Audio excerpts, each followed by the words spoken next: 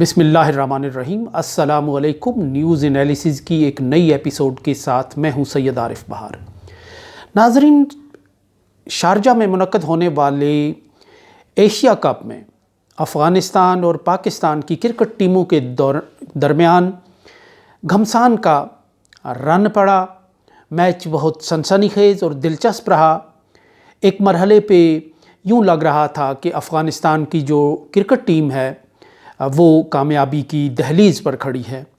لیکن پھر اچانک پاکستان کے دو کھلاڑیوں نے میچ کا پانسا پلٹ دیا اور افغانستان کی ٹیم میدان سے باہر چلی گئی۔ وہ صرف اس میچ سے ہی باہر نہیں گئی بلکہ ایشیا کپ کے فائنل سے بھی باہر چلی گئی۔ اس کے فوراً بعد جو افغانستان کے شائقین کا اور جو کرکٹ ٹیم کا ایک رد عمل تھا وہ خاصا لوگوں کے لیے ناقابل فہم تھا۔ یعنی شائقین نے ایک انتہائی جذباتیت اور سپورٹس مین اسپرٹ کا مظاہرہ کرنے کی بجائے بڑے گنوار پن کا مظاہرہ کیا۔ کرسیاں توڑ کر اکھاڑ کر پاکستان کے جو شائقین کرکٹ تھے ان پہ حملہ کیا، اور اس کے ساتھ ساتھ افغانستان کے کھلاڑیوں نے یہ تاثر دیا کہ انہیں اس کھیل میں پاکستان کی جو فتح ہے وہ اپنی شکست سے زیادہ اس کی شدت اور حدت انہیں محسوس ہوئی ہے۔ پاکستان اور افغانستان کے درمیان اس کرکٹ میچ کی حد تک ہی بات نہیں ہے، بلکہ دونوں ہمسایہ ملکوں کے درمیان، اور دونوں ملک ایسے ہیں کہ جن کے قبیلے اور رشتہ داریاں ڈیورنڈ لائن کے دونوں طرف موجود ہیں، لیکن اس کے باوجود ان دونوں ملکوں کے درمیان ایک مخاصمت کی کیفیت ہمیشہ رہی ہے، اور ہر اہم موقع پر یہ مخاصمت سامنے آ جاتی ہے اور چھپائے نہیں چھپتی ہے۔ اور پاکستان نے ہر ایسے موقع کی طرح پاکستان کے لوگوں نے، پاکستان کا جو انٹیلیجنشیا ہے اس نے افغانوں پر نمک حرامی کا اور احسان فراموشی کا جو الزام ہے وہ عائد کرنا شروع کیا۔ پاکستان کے جو دانشور ہیں یا لوگ ہیں وہ یہ کہتے ہیں کہ ہم نے ان کی سوویت یونین کے خلاف بھی مدد کی، ہم نے ان کی امریکہ کے خلاف بھی مدد کی، اور ہم نے ان کے لاکھوں پناہ گزینوں کو اپنے ہاں مدتوں سے 4 دہائیوں سے کم و بیش چھت فراہم کی ہے، پناہ فراہم کی ہے، لیکن اس کے باوجود افغان لوگ جو ہیں وہ پاکستان کی مخالفت کا کوئی موقع ہاتھ سے جانے نہیں دیتی۔ پاکستان اور افغانستان کی ایک تو مخاصمت تاریخ میں گہری ہے اور اس کی کئی وجوہات ہیں۔ روز اول سے ایک ایسا مائنڈ سیٹ افغانستان میں رہا کہ جو یہ سمجھتا تھا کہ ڈیورنڈ لائن جو ہے وہ اس مقام پر نہیں ہونی چاہیے، تورخم پر نہیں ہونی چاہیے، بلکہ اٹک پر ہونی چاہیے، اور وہ اس جو پشتون بیلٹ ہے پاکستان کا، خیبر پختونخوا کا علاقہ، وہ اس پر ایک اپنا تاریخی جو کلیم رکھتے ہیں۔ لیکن اب چونکہ ایک بدلتے ہوئے وقت اور بدلتے ہوئے حالات کے تحت نئی نیشنل اسٹیٹس وجود میں آئی ہیں، اور ان کا ایک بین الاقوامی قانون کے تحت ان کو ایک وہ تسلیم شدہ ہیں، تو افغانستان کی حکومت اور افغانستان کے لوگوں کے لیے اسے تسلیم کرنے کے سوا کوئی چارہ نہیں ہوتا۔ ایک تو یہ مخاصمت ہے، لیکن پاکستان کے لوگ جس احسان کی بات کرتے ہیں اس کے بارے میں افغانستان کا جو مائنڈ سیٹ ہے وہ ہمیشہ سے بالکل کچھ اور رہا ہے۔ مثلا پاکستان یہ کہتا ہے کہ افغانستان میں ہم نے سوویت یونین کے خلاف افغانوں کی مدد کی، تو افغان اس پر منقسم ہیں، کیونکہ سارے افغانوں کے لیے اس وقت بھی سوویت یونین صرف جارح نہیں تھا۔ جہاں افغان مجاہدین روس کو جارح سمجھتے تھے، سوویت یونین کو، سوویت افواج کو، وہاں سوویت افواج کا خیر مقدم کرنے والے بھی لاکھوں افغان تھے۔ یعنی جو افغانستان کے پہلے حکمران تھے، جو سوویت فوجوں کے بعد افغانستان کے حکمران بنے، ان کے بارے میں اس وقت بھی یہ کہا جاتا تھا کہ ببرک کارمل افغانستان میں سوویت ٹینکوں پر بیٹھ کر داخل ہوئے ہیں۔ پھر اس کے بعد ڈاکٹر نجیب جو ایک پشتون تھے جلال آباد کے رہنے والے، وہ بھی سوویت نواز رہے، وہ بھی سوویت یونین کو اپنا معاون، مددگار اور مسیحا سمجھتے رہے۔ کچھ یہی صورتحال امریکہ کی افغانستان پر حملے کے بعد بھی پیدا ہوئی کہ جہاں ایک طرف طالبان اور ملا محمد عمر امریکہ کو جارح سمجھتے تھے، اور وہیں ایک بہت بڑی تعداد لبرل افغانیوں کی تھی اور فارسی بانوں کی تھی اور دوسرے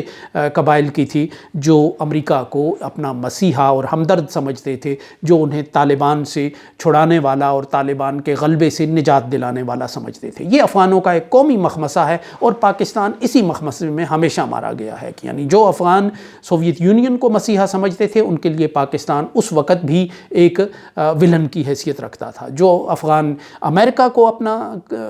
ہمدرد اور مونس سمجھتے تھے ان کے لیے بھی پاکستان جو ہے وہ ایک ولن کی حیثیت رکھتا تھا۔ لیکن پاکستان نے جنرل مشرف کے دور میں جو پالیسیز اختیار کی، اس کے بعد سے وہ طبقہ جو پاکستان کے بارے میں نرم گوشہ رکھتا تھا، جو پاکستان کو ہمدرد اور اپنا ایک غمگسار اور معاون سمجھتا تھا، وہ بھی پہلے تو گو مگوں کا شکار ہوا، پھر وہ بھی پاکستان کے ساتھ ایک فاصلے پر نظریاتی طور پر کھڑا ہو گیا۔ حالانکہ پاکستان نے جو اسٹریٹجک ڈیپتھ کا تصور اپنایا تھا وہ افغانستان کے ہی حوالے سے تھا، اور افغانستان میں وہ اپنے مخالف جذبات کو موافق کرنا چاہتا تھا اسٹریٹجک ڈیپتھ کے تصور سے، یعنی وہ پاکستان سے باہر پاکستان کے دفاع کا ایک دفاعی نظریہ تھا۔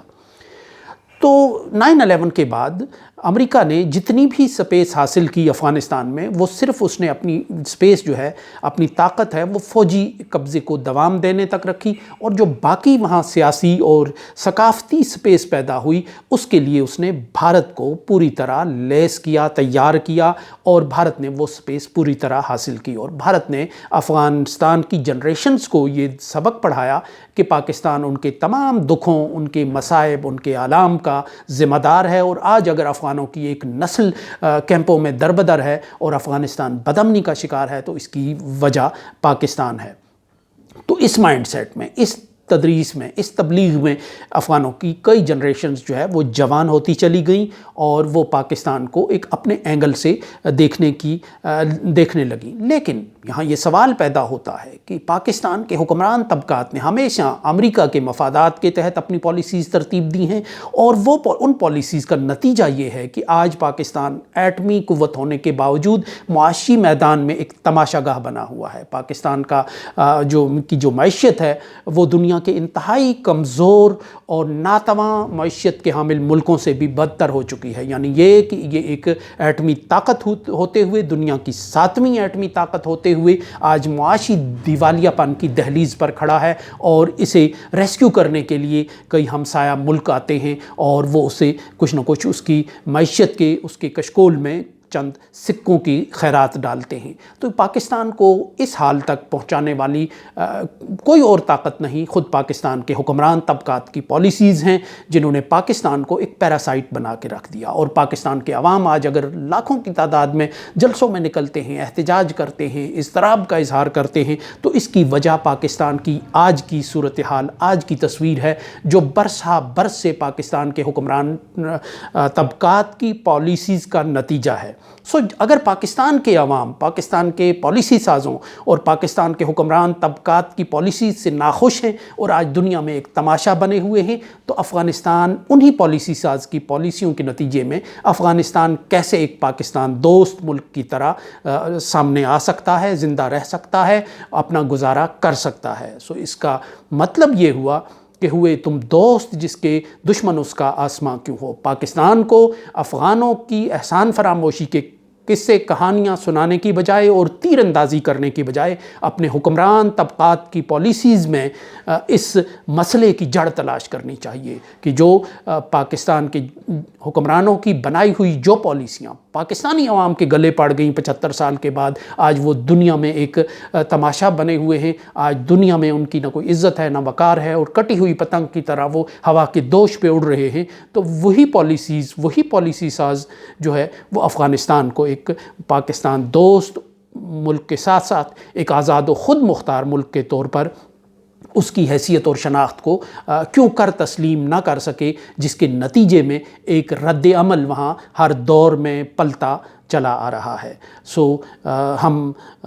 عرض کریں گے تو شکایت ہوگی۔ اس کے ساتھ ہی اجازت دیجیے، اللہ نگہبان۔